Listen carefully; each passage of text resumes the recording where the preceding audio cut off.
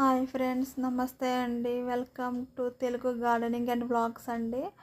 అయితే ఈరోజు మేము మా ఫారంలో టమాటా మొక్కలు, రకరకాల మొక్కలు ఉన్నాయి కదా, అవి జస్ట్ చూపిస్తూ మీతో కొన్ని విషయాలు అయితే షేర్ చేసుకోవాలండి. అది సైట్స్ గురించి.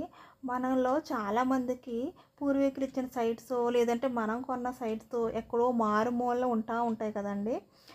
అవి దూరాన్ని ఉంటాయి. మనం వాటి దగ్గరికి వెళ్ళలేము, హౌస్ కన్స్ట్రక్ట్ చేసుకోలేము. అవి ఎందుకు పనికిరాని కింద అట్లా ఏళ్ళ తరబడి ఉంచేస్తూ ఉంటాం. అదొకటైతే కొంతమందికి అవి లేక అలాగే కొత్త స్థలాలు కొనుక్కోవాలా లేదా, అవి కొనుక్కుందాం అనుకున్న సెంట్ కానీ గజం కానీ చాలా కాస్ట్ పెరిగిపోయినాయి.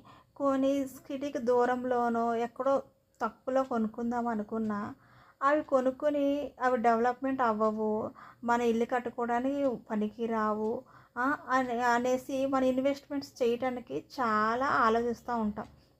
ఒక పక్క ఉన్న సైట్స్ని ఉన్న స్థలాల్ని వాడుకోలేమన్నమాట. అవి అలా ఎందుకు పనికిరాని ఇట్లా పిచ్చి మొక్కలు పెరిగిపోయి ఎప్పుడో సంవత్సరాలకు 6 నెలలకు అట్లా వెళ్ళి చూసుకుని రావటమే తప్ప వాటిని ఏమి యూజ్ చేసుకోలేము. ఇంకోవైపు మనం కొందాం అనుకున్నా మనకు అందుబాటులో ధరలు లేక కాస్ట్ అనేది మనం అనుకున్నట్టుగా 1,00,000 2,00,000 కాకుండా చాలా తేడాలో ఉంటాయి. సెంటు కానీ గజం కానీ కొన్నప్పుడు అప్పుడు మనం వెనకడుగు వేస్తాం కొనలేము అనేసి. అలా కాకుండా మనం ఈ ఉన్న సైట్ని కానీ లేదా కొత్త సైట్స్ని కానీ ఎలా కొనుక్కోవాలి, ఒకవేళ ఉన్న సైట్ని ఎలా యూజ్ చేసుకోవాలో ఈ వీడియోలో చూద్దామండి.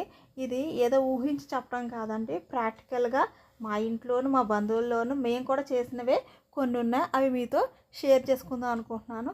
ఫస్ట్గా మన దగ్గర ఆల్రెడీ పూర్వీకుల నుంచి తాత ముత్తాతల నుంచి ఇచ్చిన స్థలాలు కానీ లేదంటే మనం కొనుక్కునే సిటీ అవుట్స్కట్స్లో కానీ విలేజెస్లో కానీ ఎందుకు పనికిరానకుండా ఉన్నాయనుకోండి, ఇల్లు కానీ ఏం కట్టుకోకుండా, వాటిని అర్జెంటుగా మీరు ఏం చేసుకోవచ్చు అంటే ఫెన్సింగ్ చేయించుకోవచ్చు అండి. ఏంటి ఇప్పుడు కొత్తగా ఖర్చు పెట్టాలా, మళ్ళీ ఫెన్సింగ్కి 50,000 30,000 ఎంత తక్కువలో అయినా అవుతాయి.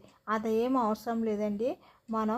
మీరు నా ఫామ్ వీడియోస్లో మా సైట్ చుట్టూరు గ్రీన్ కలర్లో తార్పా అంటారు, కొంతమంది గ్రీన్ కట్టేని అనుకోండి, ఏమన్నా అనుకోండి, అది కట్టుని చూడండి. అది ఎంతో కాస్ట్ ఉండదండి, చాలా తక్కువే, మీటర్ మీద చాలా తక్కువ పడుతుంది. అవి ముందు ఒక 4-5 లేదా ఒక 10 ఒక గెడలు మన సైట్ని బట్టి అనమాట. మాకు ఇక్కడైతే కట్టకి 10 గెడబొంగులు అంటారు కదండి, అవి ఒక 700కి వచ్చేస్తున్నాయి. మేము ఒక్క కట్ట తీసుకున్న చాలన్నమాట మనకి. అవి వేసి ఈ గ్రీన్ కర్టెన్ చూడండి, ఇది వేసి ఫెన్సింగ్ లాగా ఏర్పాటు చేసుకోవచ్చు. మనమే చేయగలిగితే మనం చేసుకోవచ్చు, లేదా ఒక్కరోజు 2 మనుషుల కూలీతోటి శుభ్రంగా చేసుకోవచ్చు అండి. చేసుకొని వాటిని వెళ్ళి ఇప్పుడు ఏం చేయమంటారు, కూరగాయలు మీలా పెట్టేసి ఫార్మింగ్ చేసుకోమంటారంటే కాదండి, మీరు ఎక్కడో ఉంటారు, వాటిని మీరు ఏమీ చేయలేరు. కాబట్టి ఏం చేస్తారంటే వాటిని మీరు చుట్టుపక్కల ఉన్నటువంటి కూరగాయ మార్కెట్స్ వాళ్ళు ఉంటారు చూడండి, కూరగాయలు అమ్మేట వాళ్ళ దగ్గరికి వెళ్ళి ఇట్లా సైట్ ఉంది, మీరైతే ఖచ్చితంగా ఒక 5 నుంచి ఇక్కడైతే 5,000కి హ్యాండ్ బోర్ అయితే వచ్చేస్తుందండి. అది వేయించేస్తే ఒక పాయింట్ సాల్ట్ వాటర్ వచ్చినా పర్వాలేదు. మీకు తెలుసా అండి, కూరగాయలకి సాల్ట్ వాటర్ ఆ వాటర్ అని ఏం లేదు, మరీ ఉప్పు అయితే చెప్పలేము. కానీ అవి ఇచ్చి మీరు ఆ సైట్ని లీజ్కి ఇచ్చేయచ్చండి.